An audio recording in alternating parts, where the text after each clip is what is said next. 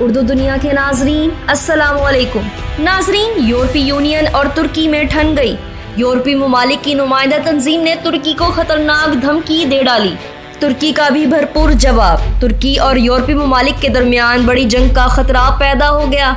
Video میں یہ بھی بتائیں گے کہ تناؤ کے باوجود ترکی یورپی یونین کے لیے اہم کیوں ہے اور کیوں ترکی اب تک یورپی یونین کا رکن نہیں بن سکا، جبکہ ویڈیو کے آخر میں ترکی اور فرانس کے تنازع پر بھی روشنی ڈالیں گے۔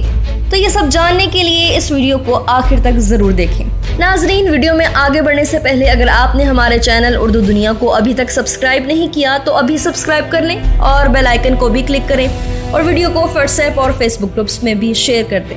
ناظرین، ترکی اور یورپی ممالک ایک بار پھر آمنے سامنے آ گئے۔ یورپی یونین نے دھمکی دی ہے کہ ترکی کی جانب سے یونان کے ساتھ توانائی کے وسائل اور سمندری سرحدوں کے تنازع کے حوالے سے اشتعال انگیزی اور دباؤ کی وجہ سے وہ ترکی پر پابندیاں عائد کر سکتے ہیں۔ یورپی کمیشن کی صدر ارسلا وان ڈر لائن نے ترکی سے کہا ہے کہ وہ مشرقی بحیرہ روم میں یک طرفہ اقدامات سے اجتناب کریں۔ انہوں نے یہ بات جمعے کے روز برسلز میں یورپی یونین کے رہنماؤں کی ایک ملاقات کے دوران کی۔ ارسلا وان ڈر لائن نے صحافیوں سے بات کرتے ہوئے کہا کہ یورپی یونین ترکی کے ساتھ ایک مثبت اور تعمیری رشتہ چاہتا ہے اور یہ ترکی کے مفاد میں ہی ہے۔ تاہم ان کا کہنا تھا کہ ایسا تبھی ہو سکتا ہے جب دباؤ اور اشتعال انگیزی روکی جائے۔ اسی لیے ہم توقع کرتے ہیں کہ ترکی اب یک طرفہ اقدامات نہیں کرے گا۔ اگر ترکی نے ایسا دوبارہ کیا تو یورپی یونین اپنے پاس موجود تمام آلات اور طریقوں کو استعمال کر سکتا ہے۔ ہمارے پاس ایک ٹول باکس ہے جسے ہم فوراً استعمال کر سکتے ہیں۔ یورپی یونین کے رہنماؤں نے اس بات پر اتفاق کیا ہے کہ وہ دسمبر میں ترکی کے رویے کا جائزہ لیں گے اور اگر اشتعال انگیزی نہیں رکی تو یونین کی جانب سے ملک پر پابندیاں عائد کر دی جائیں گی۔ آسٹریا کے چانسلر سیبسٹین کرز نے ٹویٹر پر کہا ہے کہ اگر ترکی نے بین الاقوامی قوانین کی خلاف ورزی نہیں روکی تو یورپی یونین کی طرف سے پابندیوں کی واضح دھمکی ہے۔ یورپی کونسل کے صدر چارلز مائیکل نے کہا ہے کہ یورپی یونین ترک کو تجارت اور دیگر معاملات میں قریب تر روابط کی پیشکش کر رہا ہے، مگر اس کے لیے بحیرہ روم میں کشیدگی کم ہونی ضروری ہے۔ ناظرین، دوسری جانب ترکی نے یورپی یونین کی جانب سے پابندیوں کی دھمکی کو مسترد کر دیا۔ ترک وزارت خارجہ کی جانب سے ایک سخت بیان جاری کیا گیا جس میں کہا گیا ہے کہ یورپی یونین کی جانب سے دھمکی آمیز لہجہ غیر مؤثر ہے۔ ترکی کو اس زبان سے کوئی فرق نہیں پڑتا۔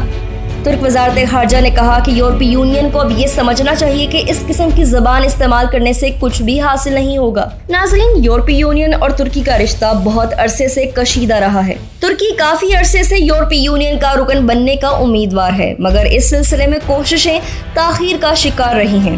یورپی یونین کے رہنماؤں نے ترکی میں انسانی حقوق اور قانون کی بالادستی کے حوالے سے ریکارڈ پر تنقید کی ہے، خصوصاً 2016 میں ایک فوجی بغاوت کی ناکام کوشش کے تناظر میں ترکی کو شدید تنقید کا نشانہ بنایا گیا۔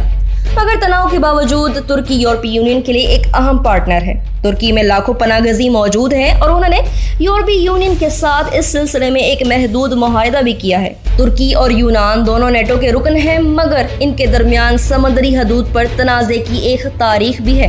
ناظرین، دونوں ممالک کے درمیان اگست میں کشیدگی اس وقت بڑھ گئی جب ترکی نے تیل اور گیس کی ممکنہ ذخائر تک رسائی حاصل کرنے کے لیے ایک متنازع علاقے جو کہ یونان کے جزیرے کاسٹیلورزو کے جنوب میں واقع ہے وہاں اپنے بحری جہازوں کو ایک ریسرچ کے لیے بھیجا۔ اس علاقے پر ترکی، یونان اور قبرص تینوں ہی دعوے دار ہیں۔ یونان نے اس اقدام کو سنگین اشتعال انگیزی کہا اور یورپی یونین نے اپنے اراکین یونان اور قبرص کی حمایت کی۔ تاہم گزشتہ ماہ کشیدگی میں کمی اس وقت ہوئی جب یہ جہاز ترک حدود میں لوٹ آیا اور دونوں جانب سے کہا گیا کہ وہ مذاکرات پر راضی ہیں۔ جمعرات کے روز برسلز میں دونوں ممالک کے درمیان بات چیت کے بعد فوجی ہاٹ لائن کا اعلان کیا گیا۔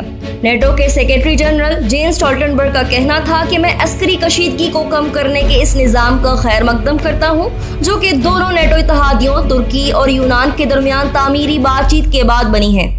اس حفاظتی نظام سے سفارتی کوششوں کو جگہ ملے گی تاکہ بنیادی تنازع کو حل کیا جا سکے اور ہم اس سلسلے میں مدد کے لیے تیار ہیں۔